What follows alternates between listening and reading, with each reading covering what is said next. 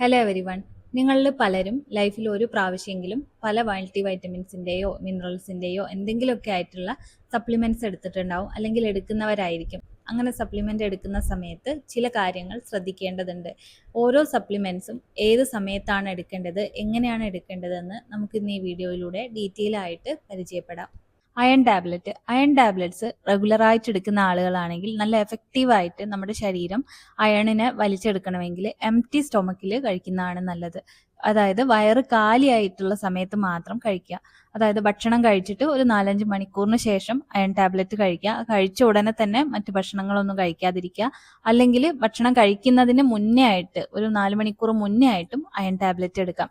അടുത്തതാണ് ഇലക്ട്രോലൈറ്റ്സ് നമ്മൾ എക്സസൈസ് ചെയ്തുകൊണ്ടിരിക്കുന്ന സമയത്തോ അല്ലെങ്കിൽ എക്സസൈസ് ചെയ്ത് കഴിഞ്ഞതിന് ശേഷമോ ഇലക്ട്രോലൈറ്റ്സ് എടുക്കാവുന്നതാണ്. ഒമേഗ 3 സപ്ലിമെന്റ്സ് എടുക്കുന്ന ആളുകളാണെങ്കിൽ ഒരു ഫാറ്റി മീൽസിന്റെ കൂടെ എടുക്കുന്നതാണ് ഏറ്റവും നല്ലത്. കുറച്ച് ഓയിലൊക്കെ ഉള്ള ഭക്ഷണം കഴിക്കുമ്പോൾ അതിന്റെ കൂടെ ഒമേഗ 3 സപ്ലിമെന്റ്സ് എടുക്കുന്നതാണ് ഏറ്റവും ബെസ്റ്റ്. അങ്ങനെ ആകുമ്പോൾ ഒമേഗ 3 നമ്മുടെ ശരീരം പെട്ടെന്ന് നല്ല രീതിയിൽ തന്നെ അബ്സോർബ് ചെയ്യും. നമ്മുടെ ശരീരത്തിന് മുടിയുടെയൊക്കെ ഹെൽത്തിന് വളരെ ഇമ്പോർട്ടൻ്റ് ആയിട്ടുള്ള ഒരു എലമെന്റ് ആണ് സിങ്ക്. അപ്പൊ സിങ്ക് സപ്ലിമെന്റ് ആയിട്ട് എടുക്കുന്ന ആളുകളാണെങ്കിൽ അത് അയൺ സപ്ലിമെന്റ് എടുത്തതിന് 2 മണിക്കൂർ ശേഷം മാത്രം സിങ്ക് സപ്ലിമെന്റ് കഴിക്കാൻ വേണ്ടി ശ്രദ്ധിക്കുക. വൈറ്റമിൻ ഡി എടുക്കാത്ത ആളുകൾ കുറവായിരിക്കും. എപ്പോഴും രാവിലെ ബ്രേക്ക്ഫാസ്റ്റിന്റെ ഒക്കെ കൂടെ ആയിട്ട് വൈറ്റമിൻ ഡി കഴിക്കാൻ ശ്രദ്ധിക്കുക. അതിന്റെ കൂടെ മിൽക്കോ അങ്ങനെ എന്തെങ്കിലും കാൽഷ്യത്തിന്റെ സോഴ്സ് ഉള്ള ഫുഡ് ഉണ്ടെങ്കിൽ അതും ഏറ്റവും ബെസ്റ്റ് ആണ്. കാൽഷ്യത്തിന്റെ കൂടെ ആകുമ്പോൾ വൈറ്റമിൻ ഡി നല്ല രീതിയിൽ കാൽഷ്യം വൈറ്റമിൻ ഡിയും നമ്മുടെ ശരീരം വലിച്ചെടുക്കും.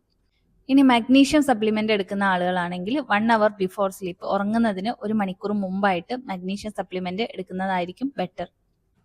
അടുത്താണ് പ്രോബയോട്ടിക്സ്. നമ്മുടെ വയറിനൊക്കെ വേണ്ടിയിട്ടുള്ള ഹെൽത്തി ബാക്ടീരിയ ആണ് ഈ പ്രോബയോട്ടിക്സ്. അപ്പോൾ ഈ പ്രോബയോട്ടിക്സ് എടുക്കുന്നുണ്ടെങ്കിൽ അതും എംപ്റ്റി സ്റ്റൊമക്കിൽ എടുക്കാൻ വേണ്ടി ശ്രദ്ധിക്കുക.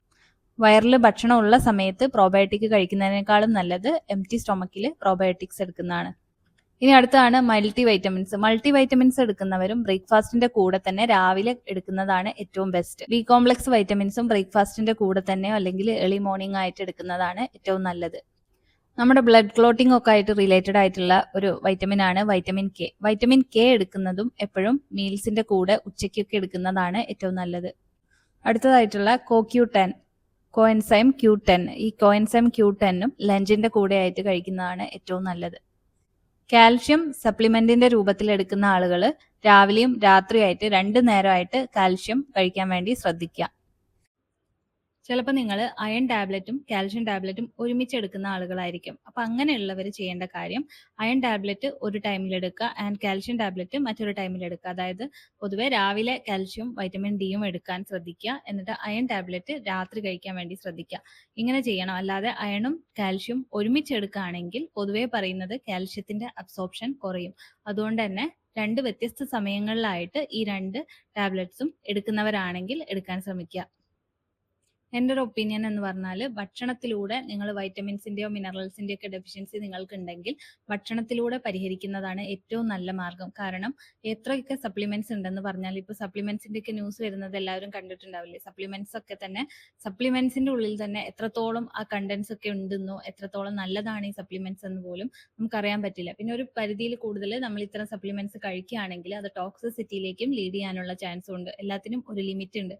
അതുകൊണ്ട് തന്നെ ഏറ്റവും ബെസ്റ്റ് ആയിട്ടുള്ള ഒരു ഓപ്ഷൻ എന്ന് പറയുന്നത് ഫുഡിലൂടെ നമ്മൾ എല്ലാ മിനറൽസും ന്യൂട്രീഷനും ഒക്കെ ഇൻക്ലൂഡ് ചെയ്യാൻ വേണ്ടി ശ്രദ്ധിക്കുന്നതാണ് ഏറ്റവും നല്ലത്. ഐ ഹോപ്പ് ഈ വീഡിയോ യൂസ്ഫുൾ ആയിട്ടുണ്ടാകും. Thanks for watching.